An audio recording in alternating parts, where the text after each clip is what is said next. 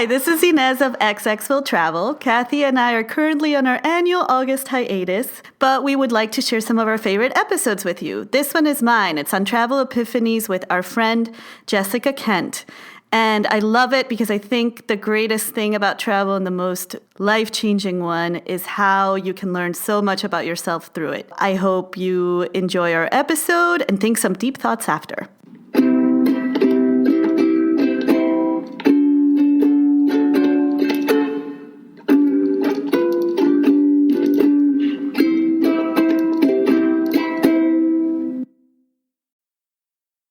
Hello, and welcome to XX Will Travel, a podcast for independent women travelers. I'm Ines Bolina. And I'm Kathy Polkerbeck. And together we are XX Will Travel.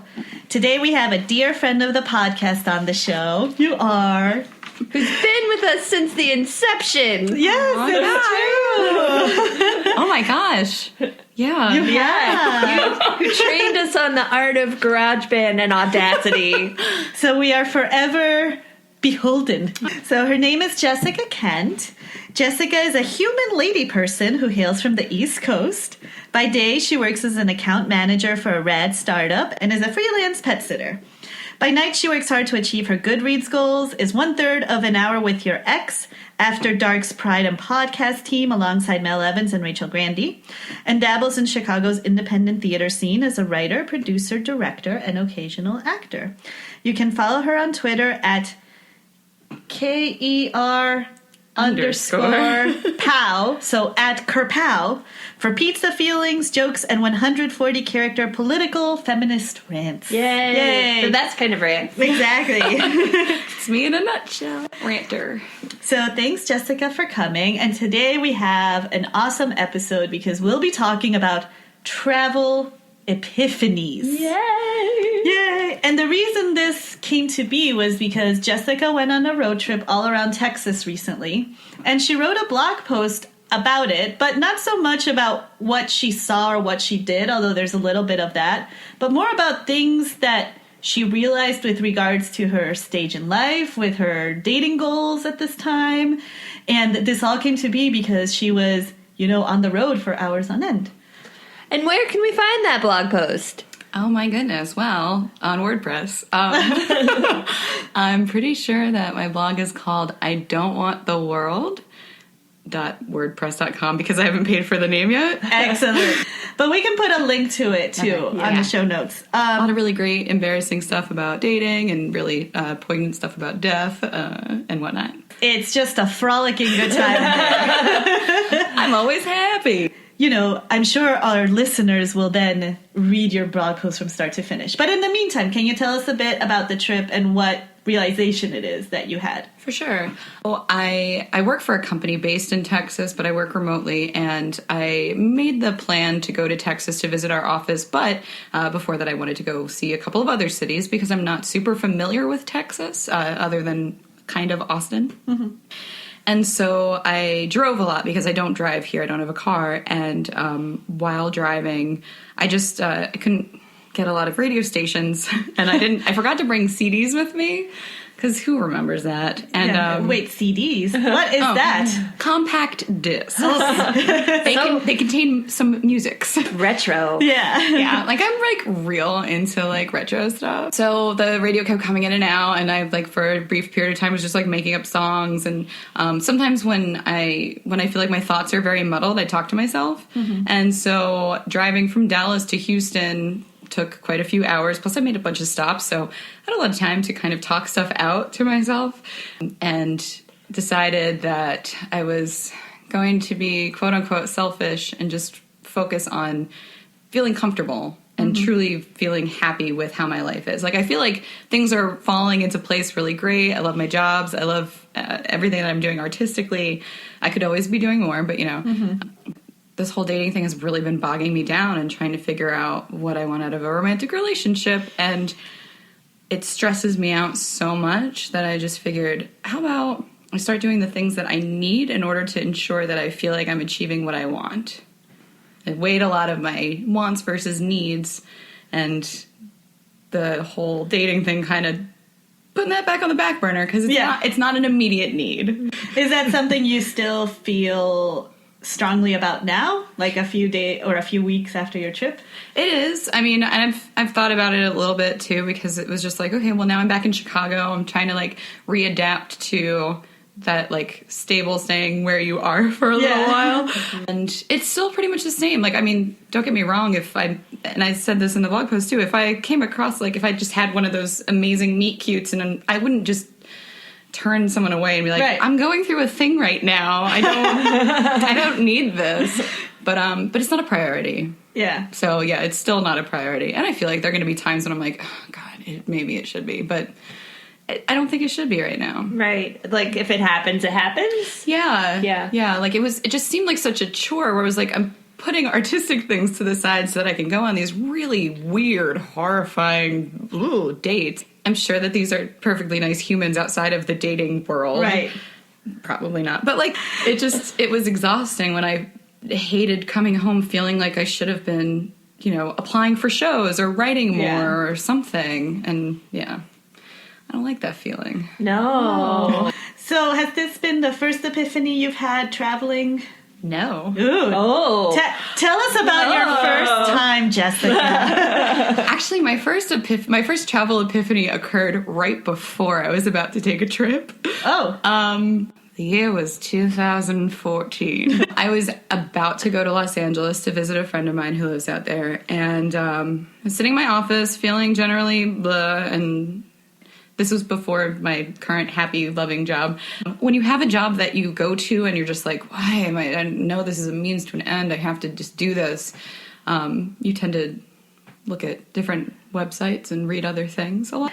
I'm not familiar with that at all. Nope, not here. Weird notion, I know. But I came across this really amazing, I believe the woman who did it was like a photojournalist series done by a woman about funeral practices in Sweden. Mm-hmm. And I have a funeral and medically death background. That's like the most wrong way to say it. Yeah. I'm medically death background. But I worked in a morgue for a while. And so like seeing those pictures and thinking about how I was about to get away from everything that was making me feel horrible reminded me how much I loved working in the funeral industry and working with people who are trying to go through something incredibly terrible. I know this is a super downer, but it has a positive ending. So that actually started me on my quest to become a death midwife. Mm-hmm. And I've been doing a lot of research and finding out more and more about certification ever since then. And that was about a little over, I guess, a year and a half ago at this point. And so, yeah, I feel like my head was ready to be emptied of everything that was holding me back negatively at that moment. Yeah. And I saw that and I was like, I'm going to think on this. Maybe I'll go back to school, go to mortuary school. And that just kind of snowballed what I wanted out of a further relationship with the death care as a whole. Yeah, death care industry as a whole. Mm-hmm. Yeah, how about you, Kathy? My first epiphany I've ever had because of travel? Yeah. Mine is like the total opposite. You are not embarking in a career in the death industry? Weird. Wouldn't that be weird if I was, though? That would be the best. It would be amazing. You should do it. So I know I've mentioned this before. I studied abroad in Zimbabwe. I lived with a host family, and I remember a specific moment in time where I woke up in my bed, the sun was shining on my face, my acne had cleared up while I was there. Yes. And I know, bonus! Yeah. And this thought just popped into my head where I was like, this is where I'm meant to be right now, and life is perfect, and I want to pursue this feeling again. And that was when I was a babe, and I'm still chasing that feeling, but that sticks. That's the one moment, a random moment that sticks out in my mind. What I was thinking was more kid epiphanies, and I think the reason for this was because I moved around so much as a kid. Mm-hmm. So I don't know if it was necessarily tied to how I felt about travel, but I just remember one very powerful trip I took with my family to Peru after I had been living in the States for several years. So this was when I was 7 or 8 years old. And I had memories of Peru, but they tended to be fragmented. I had left the country when I was 4 or 5. So it was mostly of private spaces, like my grandparents' house and my nursery school and things like that. But when we went back, Peru was kind of in the midst of all hell breaking loose. There was a ton of internal violence. The government had pretty much close to collapse. There were, electricity going off, no water. There was a cholera epidemic. Basically everything that can go wrong in the country was going. And my parents are like, it's time we took you to see your family. And to be fair, I was excited up until we landed, in Lima. And I remember my mom told me, whatever you do when we leave the airport, you look straight ahead and you don't look to the sides, which is kind of the most effective way to get me to do the opposite. Right. Especially as a small child. Yeah, Oh my God, especially as a little kid. So as soon as we left the main area of the airport, because there were people just kind of on all sides waiting for their loved ones. I mean, it was a mass of people. And I immediately looked to my left and I see a kid that had been amputated and his eyes were bulging out from some sort of weird disease. And that was kind of in my little mind, even though I knew theoretically that poverty, and terrible things happen to children, it wasn't something I had seen up close. And I remember I stopped dead in my tracks, just I can't keep going. And my mom was like, we have to go. Oh, no. But I think it's from a very young age, is kind of the epiphany was holy crap, I'm really lucky. Even though maybe that's not how I thought about it in my head, but it was definitely this realization of why is he like this and I am not like this? Anyway, so we've talked death, we've talked children and great pain. And happy moments. And happy moments. There are happy moments. So with regards to the people that you love or people that you don't love as much, have you ever had a travel epiphany with regards to a relationship? Not necessarily a romantic one, but it can be a relationship with a friend or it can be a relationship with a family member. Something that you realized because you went on a trip. Kind of. So for a really long time, my sister and I feel like my sister and I were kind of pitted against each other as kids. A couple of years ago, we both separately traveled to Florida to visit our grandmother. Mm-hmm. And we came to an interesting realization. We didn't fight at all during the trip, which is the first time that ever happened. We spent several days together. Yeah. We didn't fight at all. We had a really great time. We basically were just, trying to make the most of our time with our grandmother and make sure that everything was fanciful and fun for her because she had been kind of sick at the time. And I can't speak for her, but I think for me, it made me realize, even though I was almost 30, that we could just be friends. We can talk to each other and not end up with one of us screaming or crying or generally just slamming a thing or breaking something. We could have a real relationship and a real conversation. Yeah. I think it was one of the first times that we were interacting where our parents weren't there. So it was just a whole different dynamic of no, we're just two people moving towards the same goal and we both like the same kind of snacks. Let's just eat snacks and be cool. So that was nice. Before recently I haven't traveled all that much. Any family trips that I went on were not all that fun. So I think that's my biggest other person travel epiphany of we're real people. We don't have to fight. And it's interesting to see someone that you've known your entire life in a completely different light for the first time. Yeah. And you've known them for almost 3 decades. Right.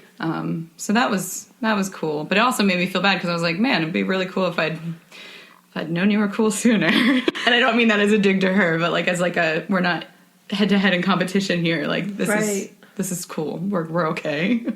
When I moved to New York, my dad was kind of the one family member who would visit me most frequently because he would be sent there a lot for work.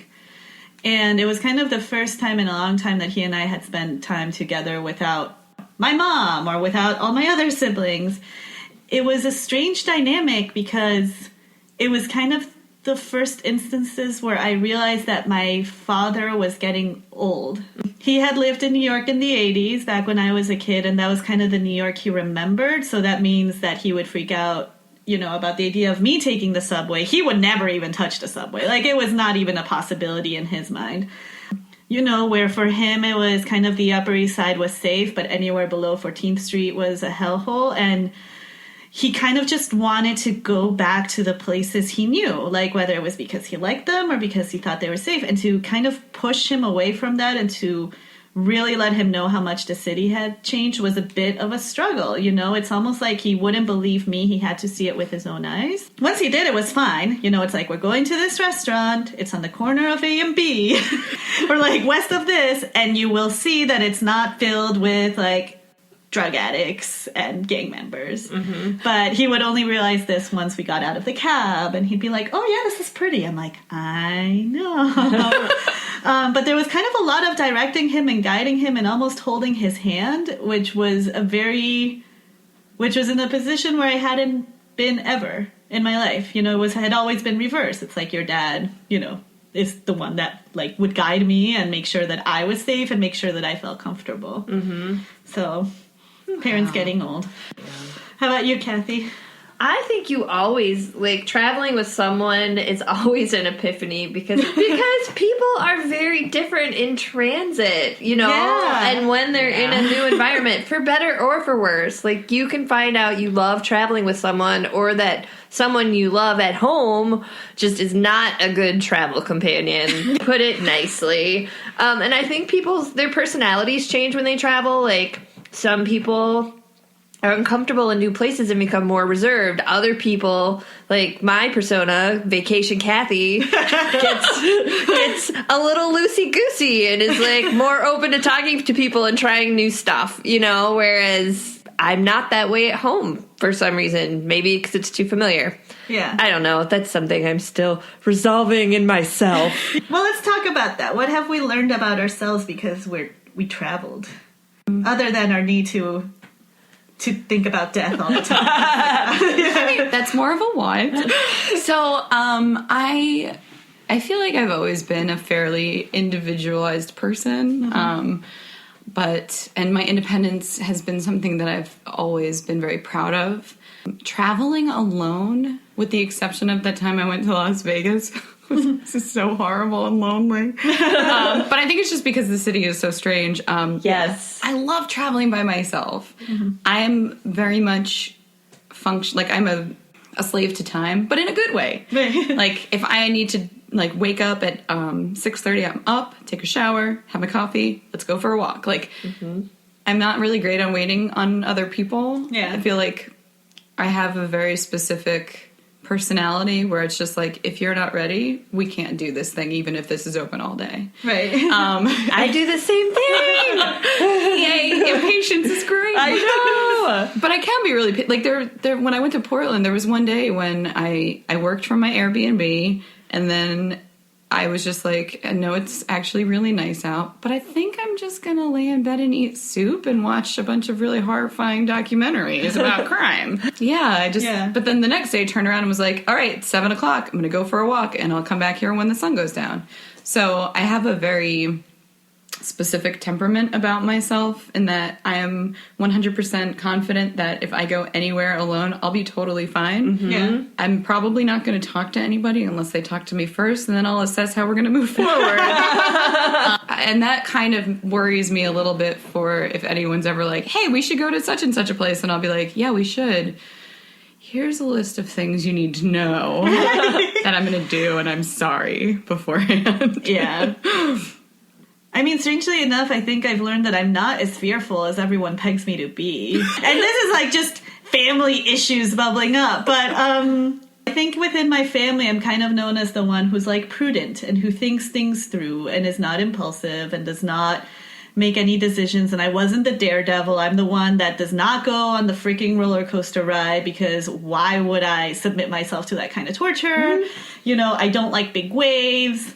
I'm not a thrill seeker in the conventional sense of the word, and I think for that reason a lot of times people have kind of interpreted that as me being afraid, and I think sometimes I've even internalized that. But the older I get, I mean, when I started traveling alone, I really did not see it as any sort of declaration of anything. I'm just like, oh, I want to do this and I'll do it, and I had very little fear behind it. And the more I do it, or I guess when I started doing it, it's only then that I realized that a lot of people in the world actually find that to be super scary. Exactly. You know, like the people who go on roller coasters with their friends are sometimes the ones who are like, there's no way in hell I'd ever do that. And I think the reason my family didn't necessarily see it as something courageous in the beginning was because we were all travelers. Or at least my sister would say that. At one point, she's just like, I just think you're afraid of everything. I told her, well, I've done all this. And she's like, but that's normal. I'm like, no, it's not normal, actually, to be 21 years old, pick up your stuff, and be by yourself in Europe for 2 months. Right. A lot of people don't do that. Right. It's not normal to, like, you know, decide to go to, like, I did most of my education abroad, while my family, it wasn't like they were 2 states away. They were actually, like, continents away. And most of my friends don't even feel, like, comfortable doing that now. Like, you know... and she's like, oh, I guess you're right. I'm like, yeah, fuck yeah, I'm right. Seriously, though. So, like, you won't get me to go and swim with sharks, but there's other things I do that people just won't even entertain. Right, So, because it's what you want to do, and no one else is going to do it with you. Yeah, exactly. Yep. So, yeah, how about you, Kathy? Well, I learned that while I may waffle on decisions in my daily life, that... Like, if you give me the same decisions to make in China, I make them on the fly, and I'm really good under pressure. For some reason, being in a strange place, I'm like, if I don't make this decision, no one will, and the world is going to end. So it's like, which restaurant should we eat at? I don't know. And I was like, we're eating at this one. And I lead, and for some reason, people follow. And I also love that something I really love to do is to help people in terms of sharing my experiences when I travel. Like, nothing gives me more joy than being able to give recommendations and have someone help a better trip or help them feel less stressed about visiting a place. Really, I enjoy creating positive experiences for people when they're traveling. Like, some people are really guarded with their secrets, and I'm like, no! Let me tell you all about Albania! Like, probably more than they ever wanted to know, but, like, and then they'll come back and be like, we tried this restaurant, it was really good, and I'm like, I know. So maybe it's bragging rights, but that just makes me feel really good to help people not make the mistakes that I did, or just to... give them peace of mind, I guess, because I think everyone should travel, and I will do anything to get people passports and get them on the road. To a certain extent, it's like I've both learned the good things about myself and the bad things about myself. Yes. So I think the good thing about myself is that, right? Like, I take way more risks than I think I give myself credit for. On the other hand, travel has taught me that if it wasn't for travel, I'd be the biggest, most judgmental bitch of all time. Yes! Oh, no. Like, I am not a tolerant person. I'm just not. I think I know better. I think my opinions and my taste are the golden standard.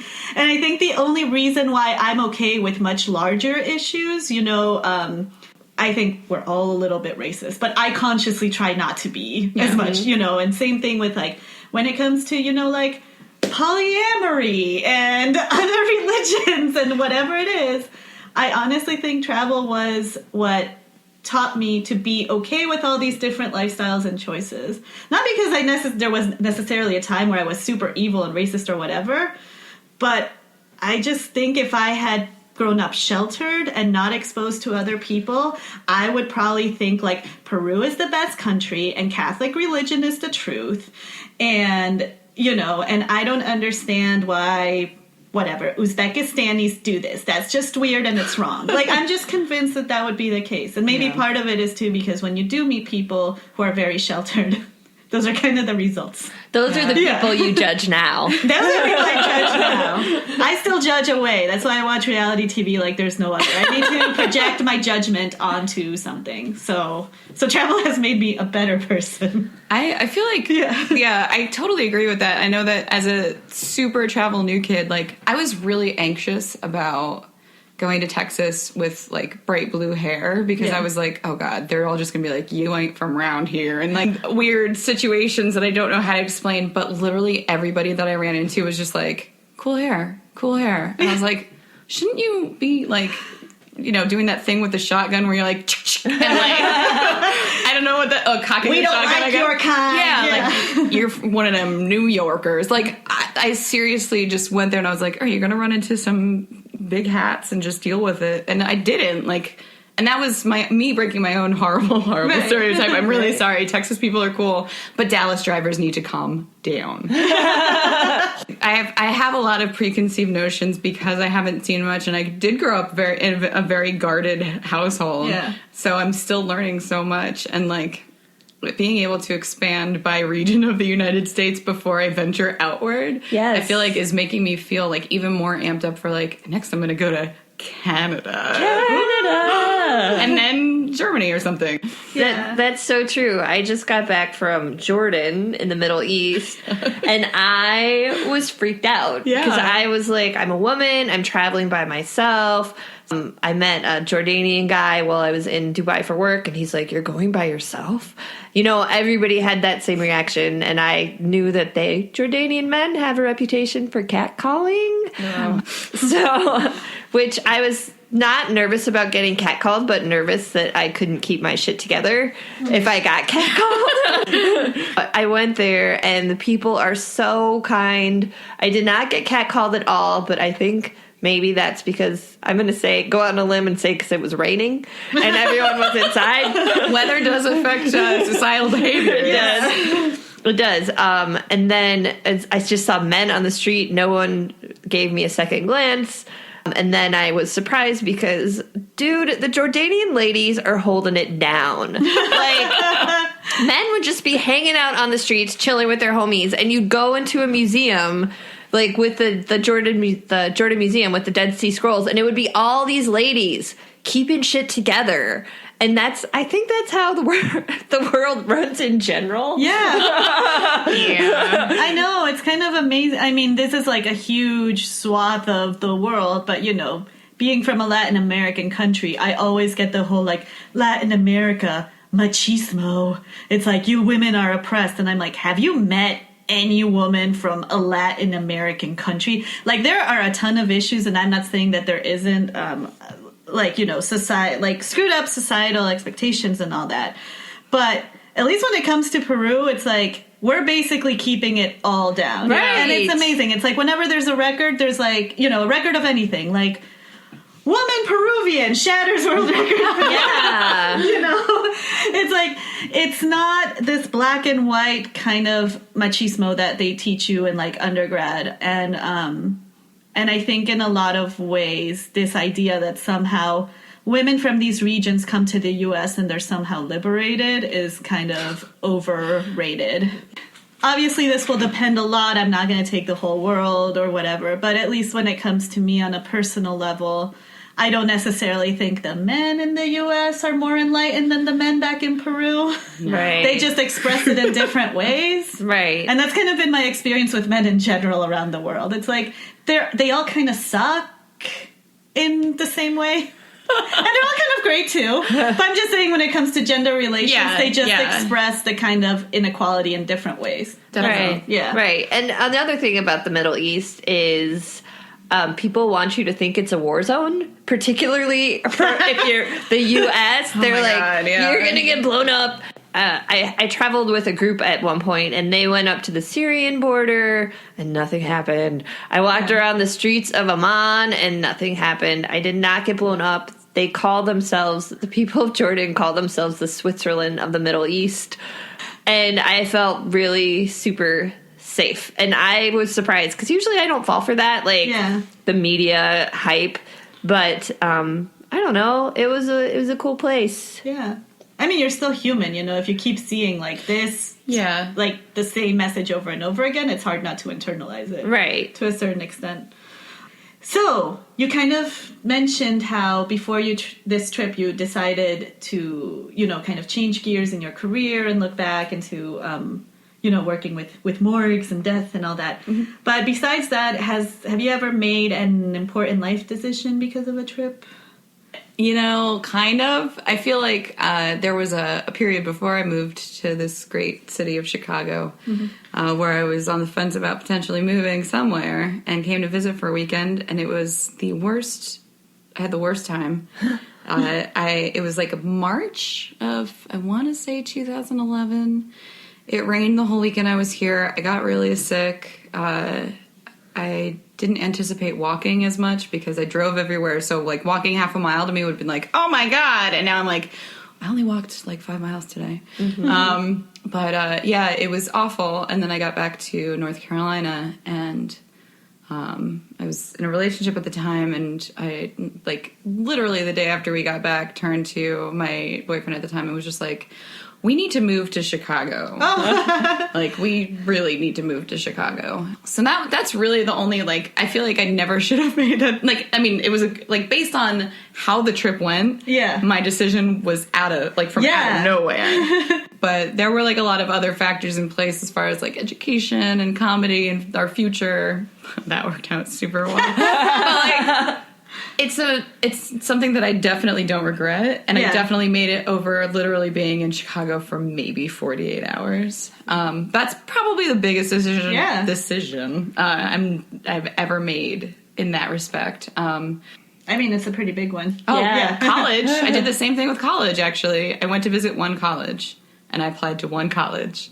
And I got into that college, which was lucky for me. Yeah. Right? But yeah, like I went with my parents to check it out. We drove to North Carolina. I fell in love. Like I can't even describe. I still remember that moment, and it was just amazing. And yeah, it was the only college I applied to. My parents were just like, so your fallback would be, and I was like, no. There is no plan B. Yeah. This is destiny. I don't know if you've heard of that. A career at Starbucks. So yeah, college and moving to Chicago were my two big, I guess. It's not necessarily, I guess, a travel epiphany as it was like a check things out, see how you feel about things epiphany. Yeah. But I'm very much like a leap before you look kind of person, but I'm also a really big pros and cons, hemming hawing over decisions person. But if I get a feeling about something, I'm like, no, this has to happen. This is it. Like, we don't need a list. Right. How much money? I don't know how much money I have. It doesn't matter. We're doing this. Like, we'll figure it out. It's supposed to happen, so this is going to happen. Yeah. How about you, Kathy? Now let's just go back to studying abroad, because it gave me the courage to move abroad again after college, when I was like, that wasn't so bad. I did it for 4 months. I can do it for a year. It's funny when you mentioned the college thing, because even though I started my application to 3 different Canadian universities, because I heard back from McGill's, pretty early on, I never finished applying to the other 2. I'm like, I want to be in Montreal and I want to go to this college. I hadn't even set foot in Canada or the places, but I'm like, I just know. Oh my God, that's awesome. Yeah, I really want to. I had a strange epiphany in Guatemala almost, because Jessica and I can high-five the moving to Chicago with a significant other, and having that relationship fail. Just blow up in your face. So awesome. While our relationship with Chicago thrives. Exactly. Weirdly got better literally the day after. I know. I'm like, it's amazing how much more you like a place when you're not depressed all the time. Exactly. So even though I'm actually quite happy in Chicago now, and I'm, and I love it, and I'm fine staying where I am, when I went to Guatemala in November, I realized all of a sudden that there's literally no reason for me to be here either. Yeah. It's like, because I had closed myself to the possibility, kind of psychologically I had to, about thinking of where I could live anywhere else. It just kind of took a while for me to realize that actually now I have options. And I'm not making like any crazy moves now. Sure. But to kind of know that has been very liberating. Mm-hmm. Like, if for whatever reason I no longer like it here, I feel like my time is gone.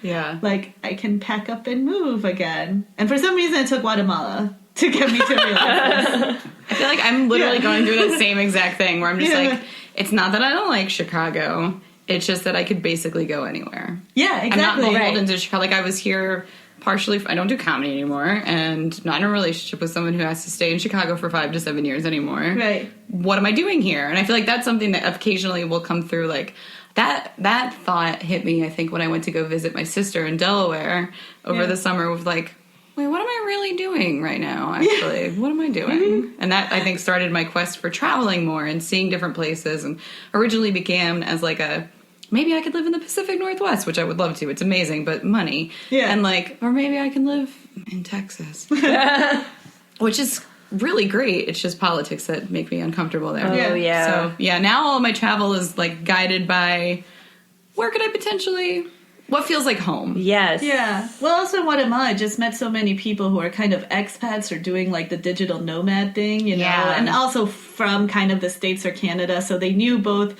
kind of the pressures of like this environment, you know, and of a career and of like rent and everything else, and how they had just kind of decided to like turn their back on that, and they were fine.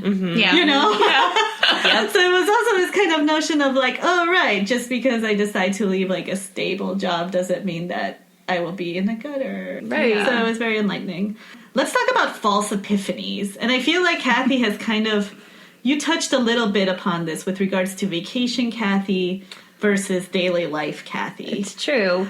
Let's expand on this. Like, have you ever at one point thought, I can bring vacation Kathy home? Ooh, yeah. Yeah. Oh, I've tried. I have tried so hard. I think it would require therapy to be like, it's okay. Yeah. It's almost like a dual personality scenario. I just feel like when I am on vacation or even in a different city, even like on a business trip, there's so much new stuff to see and new people and just creative stimulation and excitement. And then I come home and it's cold and I have to pay my electric bill and I have to go to work. Right. And, you know, my friends and I, we're good about getting around the city, but like you always end up at the same places. You talk about the same thing with your work coworkers, with your colleagues, you know, so I don't know. I could use some help. Besides alcohol, you know, I'm more willing to go out on a limb when I am traveling, because it's like there is a feeling of it's a temporary, you know, and there are very rarely consequences because you're never going to be in this place again, trying this thing again. That's my struggle. I mean, I think the struggle is real. Yeah. I think. Because there is a vacation Ines, and I think that's the most extreme side of vacation Ines that never seems to transfer is my side that is like super hippie and super okay with not being ambitious. You know, when I travel, I'm like, I could just live off smoothies, have some sort of like job bartending at a hostel, and have a quiet life where all I really do is kind of read and talk to new people. And that there's something so freaking appealing to me about that, like where all this pressure to achieve anything of value is gone. Right. Mm-hmm. But then I'm like, and I can do it. Like, I can go back to Chicago and feel this way about stuff. But it doesn't happen that way. It's like I go back, I go into my daily job, which isn't even, by the way, a field that I want to be in or study or like had studied. And it's like I still feel like I need to kick ass and like move up because I was taught to achieve. Exactly. And like I'm sitting there so frustrated with myself where it's like, why can't I just, instead of leaning in, like, why can't I just lean back and be like, none of this matters. I don't care about any of this. And Right. it's impossible for me to do so. Because your parents gave you a work ethic. They did. And it's a blessing and a curse. Oh my god, yeah. And Vacation Kathy is also very chatty. Like, she'll talk to anybody, whereas if I'm on a bus in Chicago, I'm like, don't look at me. Well, Yeah. that's kind of different, though, too, because I feel like the people that you encounter on the road are not bus people. I don't know how else to say it. Like, it's not, you know, because, you know, when you're, like, sitting on the bus and you're sitting in the seats that are, like, right across from people, and you're just like, I want to look through the window, but I don't want you to think I'm staring at you. But then I guess I could just stare up at the ads the whole time. Like, there's, like, a whole thing. And then when you're around other people and you're traveling, you're just like, I'm never going to see you again. I don't really care if you think I'm looking at you or past you. Like, here it's just like, oh, God, it's the guy. It's that guy. Okay. That guy I see every day. Yeah.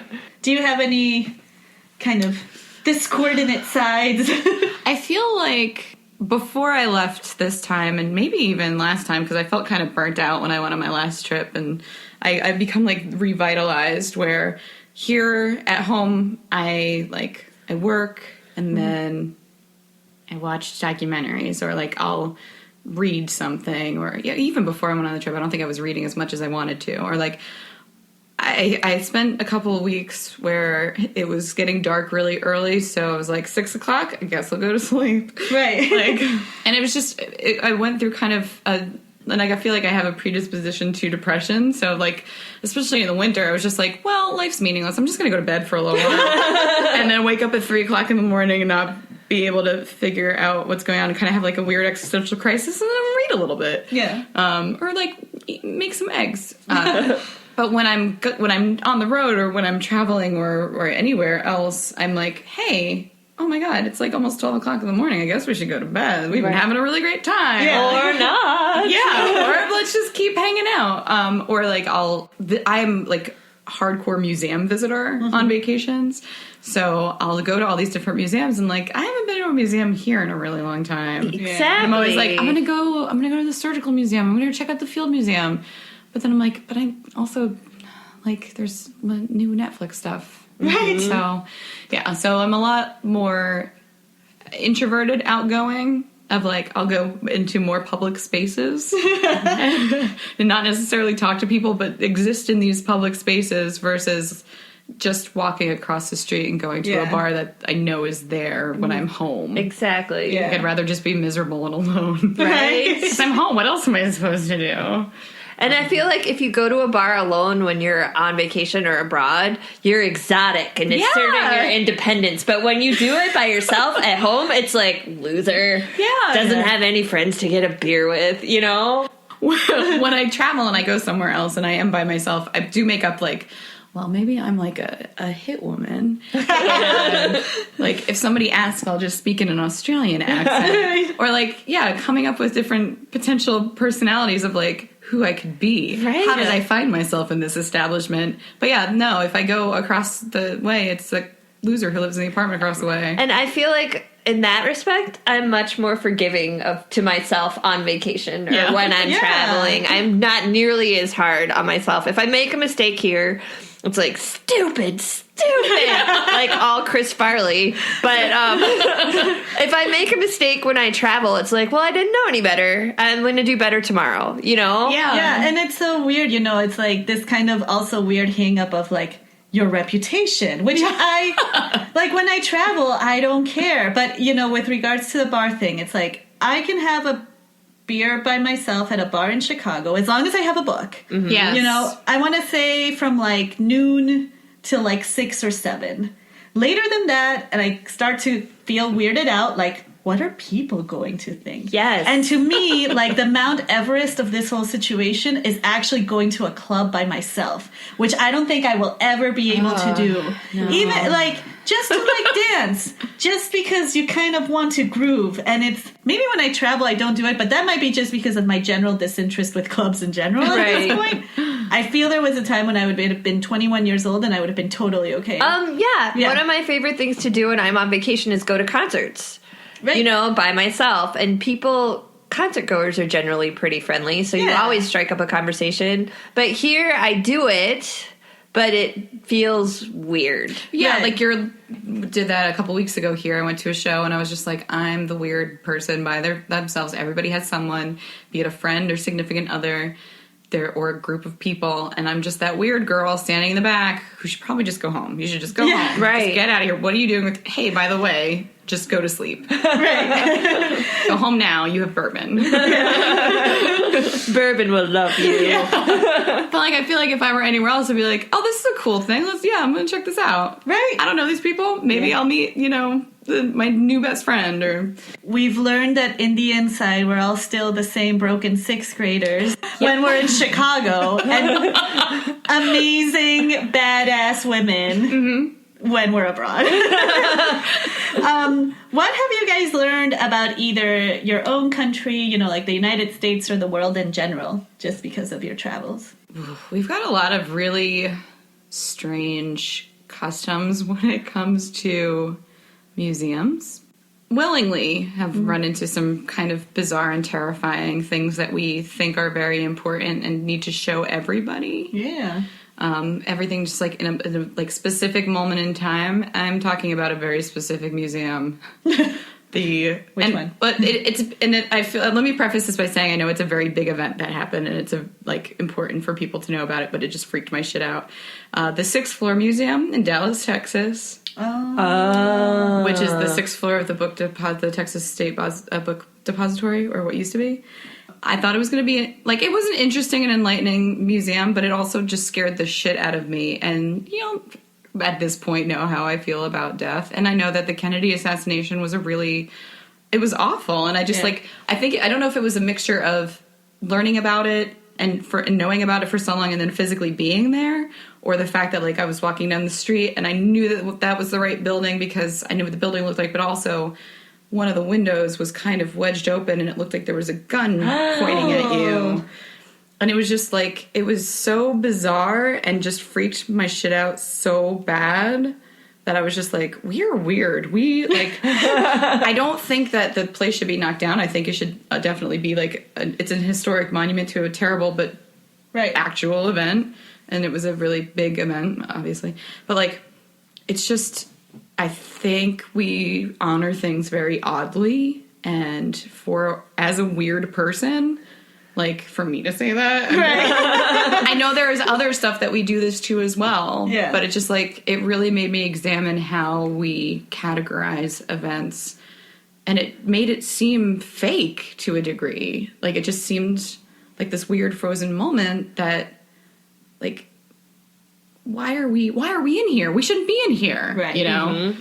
But then I looked up a bunch of really cool conspiracy theory stuff, so felt a little bit better. Went to a sculpture garden. I kind of ate some pupusas. Everything was great, but I just feel like we have a very interesting way of memorializing and honoring things. Yeah, that if you took a couple of steps back, you would realize just kind of how disturbing it is. Right. But I also went to the Museum of Funeral History, which was amazing. No, but it's interesting, what a country or a place decides to memorialize is very telling, of what they think is important, what they think changed their identity or their course in history and all that kind of things. Yeah, and I definitely don't mean to disrespect the event. I feel like it was very important. Yeah. It's just, the way that it's done is, I wouldn't take a kid there. No. Yeah. There's X's on the ground outside. It's borderline disturbing. Right? How about you, Kathy? All right. Yeah. I'm tell us more about how the United States is crazy. I will. First of all, the United States is crazy huge. Every time I leave the country and I hear people from other countries, smaller countries like Germany, talk about how they've been everywhere in Germany, I'm wow, that must be really weird for you, because I still haven't seen the Grand Canyon. So you can drive, I was mentioning Jordan, you can drive across Jordan in 3 or 4 hours. Whoa. But if I drive south from Chicago in 4 hours, I will only have made it across Illinois. Yeah. And there's still so much I haven't seen here, and sometimes I forget how big our country is. And I'm always impressed when people from other countries have been to every place in the U.S., and I'm nope, haven't been there.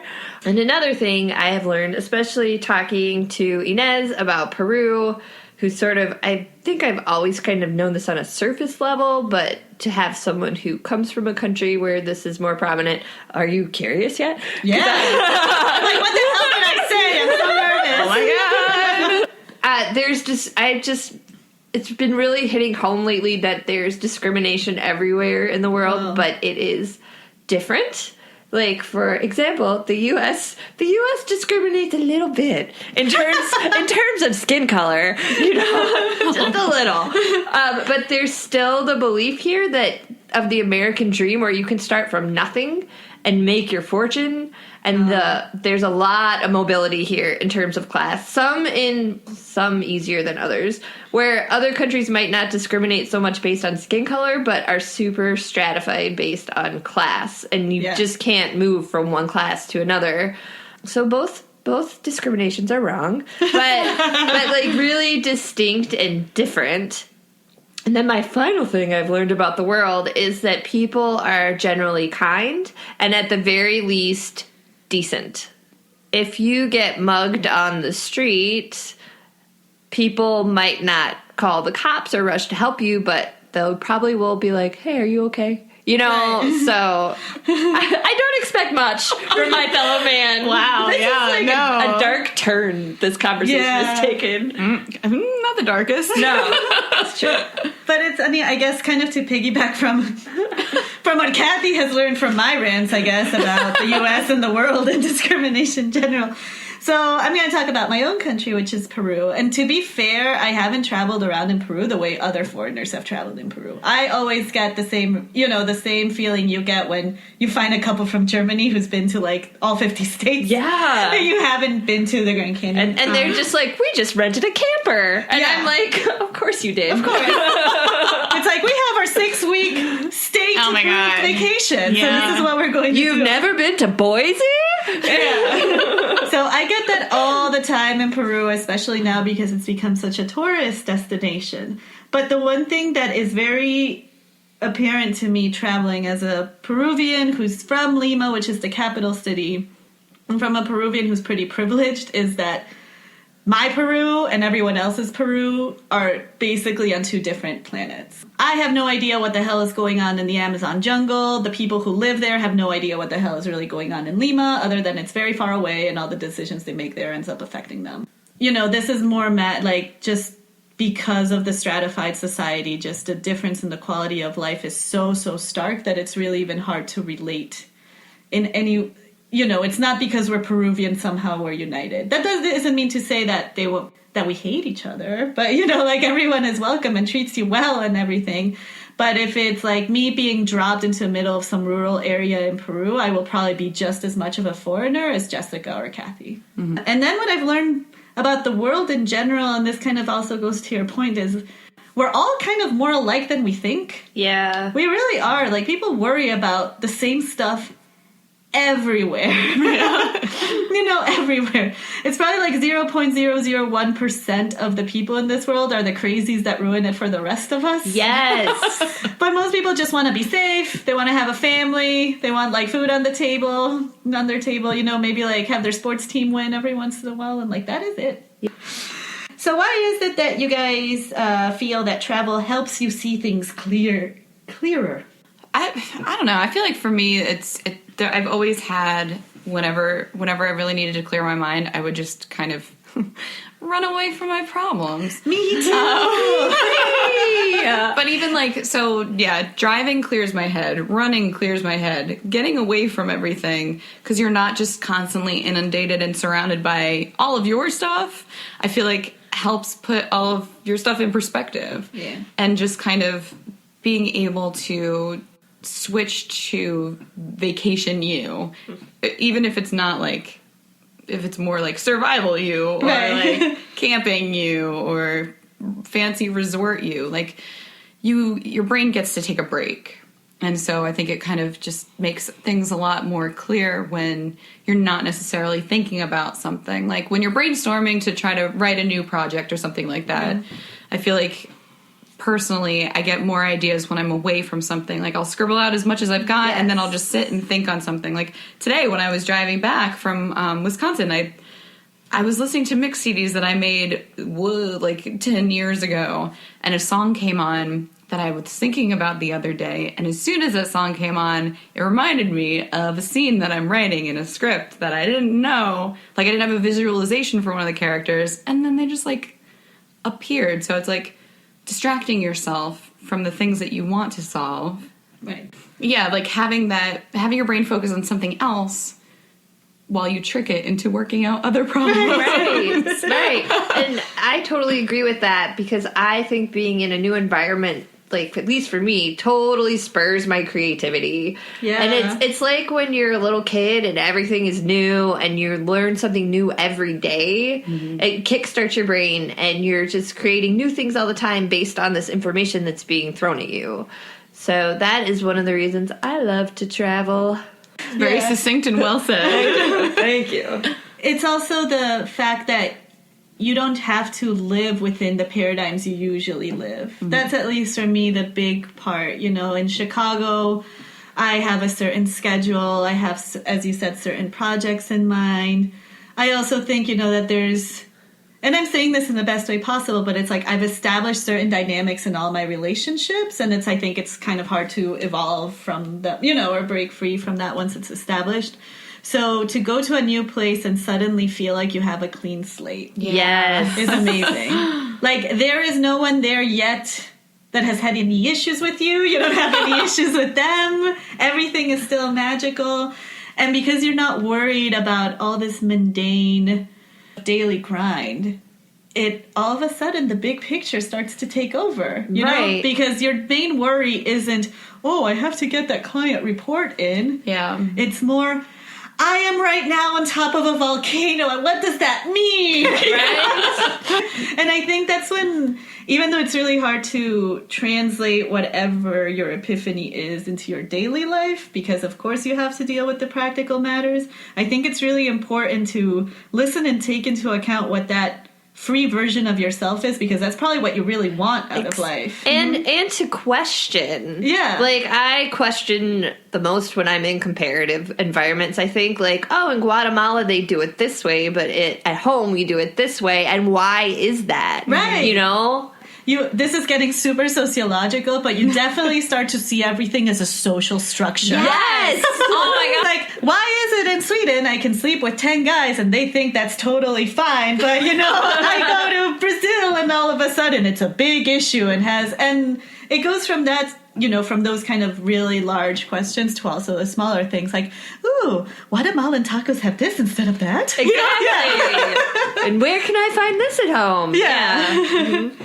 All right. Well, thank you so much, Jessica. You're always so wise. Yes! You guys, stop! Thank you for having me. This was so much fun. And thank you both for inspiring me to start my own personal traveling experience. Oh, you. Seriously, I wouldn't be doing all of my weird road trippy plan to leave one place and get to another place and, kind of figure stuff out as it comes along without y'all. So, well, we appreciate it. We wouldn't be able to record this without you, literally. Aw, shucks. So thanks for being our den mama into the world of podcasting. Well, if you like us, like Jessica does, or love us, subscribe to us on iTunes, follow us on Podbean, or we're also part of a bunch of podcast directories, so we're pretty easy to find. We also have Facebook, Twitter, Instagram. You can find us on our website, xxwilltravel.com. And if you really, really love us, please leave us a review, a glowing review, so that more people can love us as well. Because that's all we really want. Yeah. To be loved. We do.